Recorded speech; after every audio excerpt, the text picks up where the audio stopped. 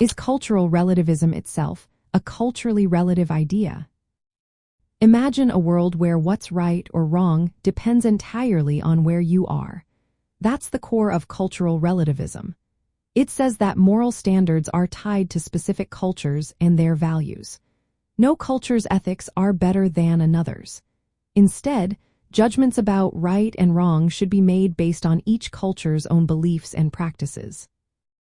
But here's a question to think about. Is this idea itself a product of a particular culture? When you ask that, it gets interesting. Cultural relativism didn't just pop up out of nowhere. It mainly developed in Western societies. Think about anthropologists in the West who wanted to challenge the idea that one culture's morals should dominate others. They argued that judging other cultures by Western standards was unfair and ethnocentric. This means that cultural relativism is shaped by specific historical and cultural contexts. It was a response to colonialism, imperialism, and the atrocities of events like World War II. It was meant to promote respect for cultural diversity and oppose the idea of imposing one set of morals on everyone. So, the idea itself is not a universal truth. It's rooted in particular Western ideas about respect, diversity, and opposition to domination.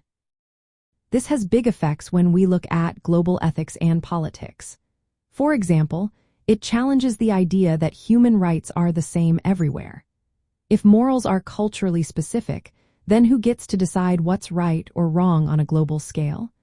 It raises questions about whether trying to enforce universal standards might be a form of cultural imperialism. Ethically, it makes us think about the limits of judging other cultures. It encourages humility, recognizing that our own morals are shaped by our cultural background. But it also faces criticism.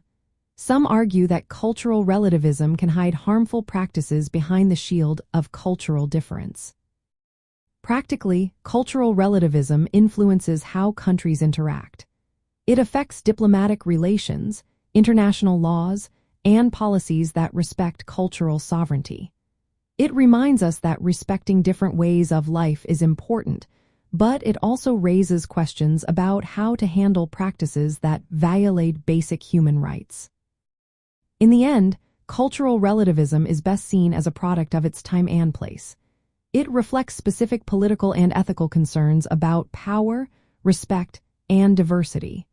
Recognizing this helps us understand its strengths and limits when facing global ethical challenges. It's not an absolute truth but a perspective shaped by history and culture.